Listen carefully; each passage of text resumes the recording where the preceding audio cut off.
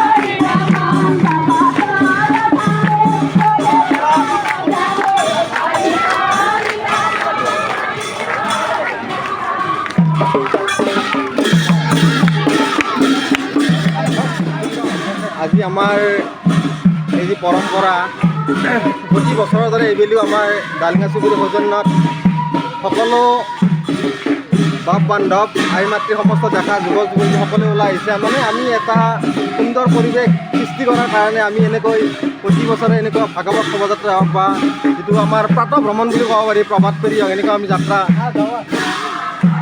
আমি যাত্ৰা এনেকৈ উলিয়াই আনো যাতে সকলোৰে মাজত শান্তি সম্প্ৰীতি একতা ভাতৃত্ববোধ বজাই ৰখাৰ কাৰণে এনেকুৱা এটা পৰিৱেশ সৃষ্টি কৰা হয়। আৰু এই যিটো যোগাত্মক দিশ, এইটো দিশ আজি নহয়, আজি 500 বছৰ আগতে আছিল।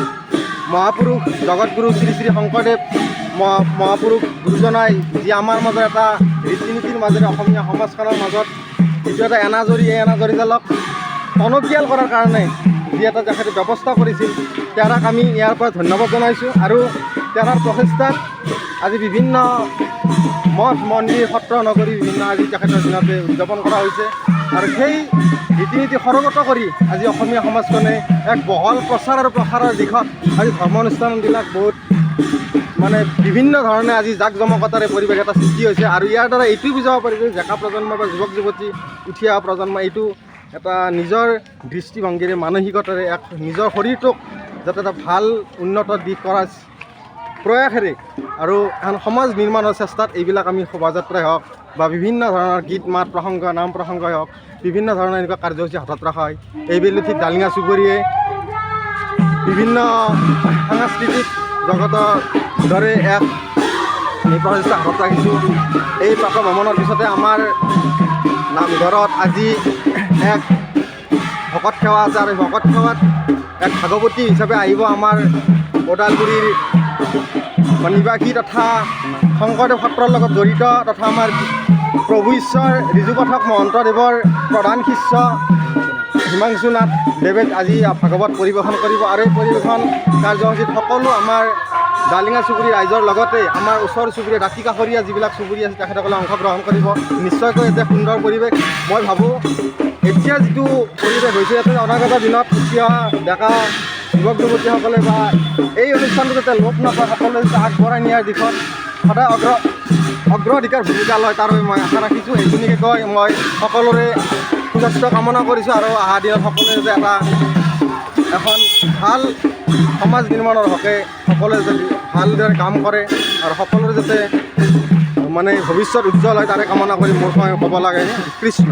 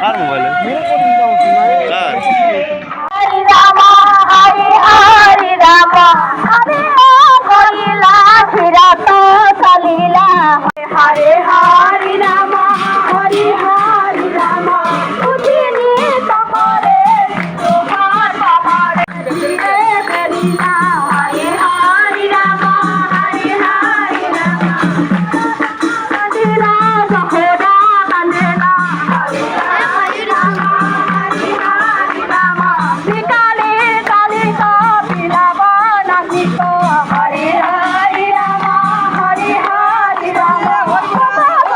Rama, Rangila Odhika, Hare Rama, Hare Rama, Srimata Hokal Jagat, Jagat Srimata Hokal Jagat, Dharma Supervisor.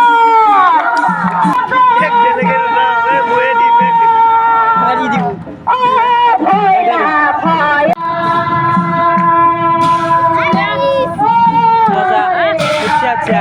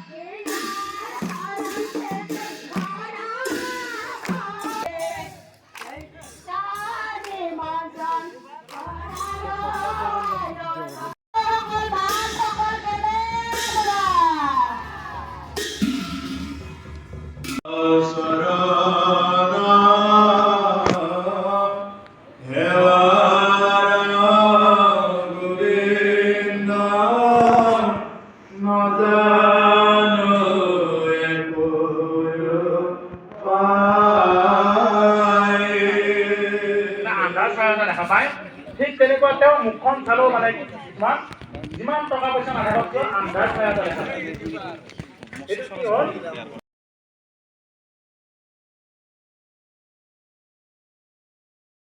দেৱৰ্ষি Narada ব্যাসৰ ওচৰত অহা দেখা পাইছে, নাৰায়ণ নাৰায়ণ কৰি অহা দেখা পাইছে। তেতিয়া নাৰদক দেখি ব্যাস ঋষি হচকি আৰু তেতিয়া নাৰদক দেখি মানে ব্যাস হচকি হৈ গৈছে। আজি দেখোন মোৰ পৰম ভাগ্য যে পৰম ভাগ্য হ'ল। কাক দেখা পায়? নাৰদক দেখা পায়। আঠে বেঠে উঠিলা ধৰিয়া গীতাঞ্জলি পৰম গৌৰৱে ঋষি কৰিলা সেৱৰী। যে আঠে বেঠে উঠি গৈ কি কৰিছে? সেৱা সৎকাৰ কৰিছে, মান্যতা প্ৰদান কৰিছে। এইটো হ'ল মানে যিমান জানিলো দেৱৰ্ষি নাৰদ যে তুমি আহিছা যে মোৰ বহুত কাৰণ জানিব ভালে আৰু যাবলৈ পাই খালক বুলি কয়। ভালে পাই ভালক, যাবলৈ পাই খালক। যেনেদৰে কি হয় যে ব্যাসৰ ওচৰত যেতিয়া নাৰদ মুনি আহিলে তেতিয়া ব্যাসৰ পৰম আনন্দ লাগিছে। আকৌ কিছুমান মানুহৰ আমাৰ সমাজবিলাকত চাব যে কিছুমান ভাঙৰি ঘৰত যদি ভাঙৰি এজন কিবা এটা আহি পায় বিৰাট আনন্দ লাগে। আজি সময়ত মন চন চব বেয়া, কিন্তু তেওঁৰ যেতিয়া পাৰ্টনাৰটো আহি পালে তেতিয়া তেওঁ মানে লগে লগে এটা আনন্দ পালে যে হয় এতিয়া আমি জুৱা খেলিব পাৰিম। আকৌ মদৰো যেতিয়া আহি পায় বোলে মদ খোৱা ঘৰত যেতিয়া মদ খোৱা আহি পায় বৰ আনন্দ দেয় মোৰ পাৰ্টনাৰটো আজি আহি পালে যে আমি এতিয়া এনজয়খিনি কৰিব পাৰিম। ঠিক তেনেকুৱা ভকতে ভকতৰ লগত দেখা পালে আনন্দ মিলে। এজন ভকতৰ প্ৰিয়ত যদি এজন ভকত আহে তেতিয়া সেই ভকতজনৰো তেনেকুৱা আনন্দ লাগে। সেইকাৰণে মই কৈছোঁ ভালে পাই ভালক, যাবলৈ পাই ভালক। যে ভালে যেনেকৈ কি কৰিলে যে ব্যাস থকাৰ কাৰণে ব্যাসৰ ওচৰত কি হ'ল স্বয়ং দেৱৰ্ষি নাৰদ নিজে আহি উপস্থিত হৈছে। আকৌ যদি তেওঁ তেনেকুৱা উপযুক্ত নহ'লেহেঁতেন তেতিয়া হয়তো দেৱৰ্ষি নাৰদ নগ'লহেঁতেন। গতিকে সেইকাৰণে যেতিয়া নেকি দেৱৰ্ষি নাৰদক দেখা পালে তেতিয়া ব্যাসৰ কি হৈছে পৰম আনন্দ লাগিছে। আৰু কৈছে যে নাৰদক দেখি ব্যাসৰ ঋষি হচকি আঠে বেঠে উঠিলা ধৰিয়া গীতাঞ্জলি পৰম গৌৰৱে ঋষি কৰিয়া কেৱলী। পৰম গৌৰৱ কৰি কি কৰিছে ব্যাসে নাৰদ ঋষিক সেৱা সৎকাৰ কৰিছে। সেইকাৰণে আমাৰ গৃহত যদি কোনোবা এজন অতিথি আহে তেওঁক আমি সেৱা সৎকাৰ কৰিব লাগে। এইটো আমাৰ জীৱনৰ কাৰণে পৰম সৌভাগ্য আৰু এইবিলাক আমাৰ সনাতন সভ্যতাৰ নিদৰ্শন। মানুহ এজন আহিলে কিছুমান মানুহৰ ঘৰত যোৱা যায়, মানুহৰ ঘৰত গৈ থিয় হৈ থাকিব লাগে, চকীখন দিব লাগে বুলি ক'ব নোৱাৰে। চকী এখন যে দিব লাগে বা পিয়া এখন হ'লেও যে দিব লাগে বা বৰ বুলি যে ক'ব লাগে এইখিনি কথা কিছুমান মানুহে ক'বই নোৱাৰে। মানুহজন থিয় কৰাই লৈ ল'ব হ'লে কথাখিনি কৈ থাকিব। এইটো হ'ল কিছুমান মানুহৰ লক্ষণ। গতিকে সেইকাৰণে যে এতিয়া কি কৰিছে দেৱৰ্ষি নাৰদে অহাৰ পিছত যে ইমানখিনি জনা বুজা ঋষি হৈ কি কৰিছে ইমানখিনি জ্ঞানৰ অধীৰ পাণ্ডিত্য থকাৰ পিছতো সেইজনা ঋষিয়ে সেইজনা বেদব্যাসে মান্যতা প্ৰদান কৰিছে। কৃষ্ণ এৰা দিনত পায় সময় আমি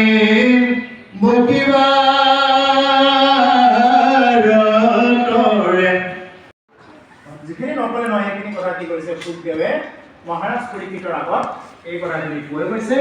শংকৰে ৰচিলা কৃষ্ণ চৰিত্ৰ প্ৰয়াস আৰু মহাপুৰুষ কৃপালু গুৰুজনাই কি কৰিছে যে এই চৰিত্ৰ প্ৰয়াসখিনি তেওঁ ৰচনা কৰিছে। এৰা মাথাই কচৰিকে বেদত প্ৰদান বিশ্বৰামনিক ক্ষেত্ৰ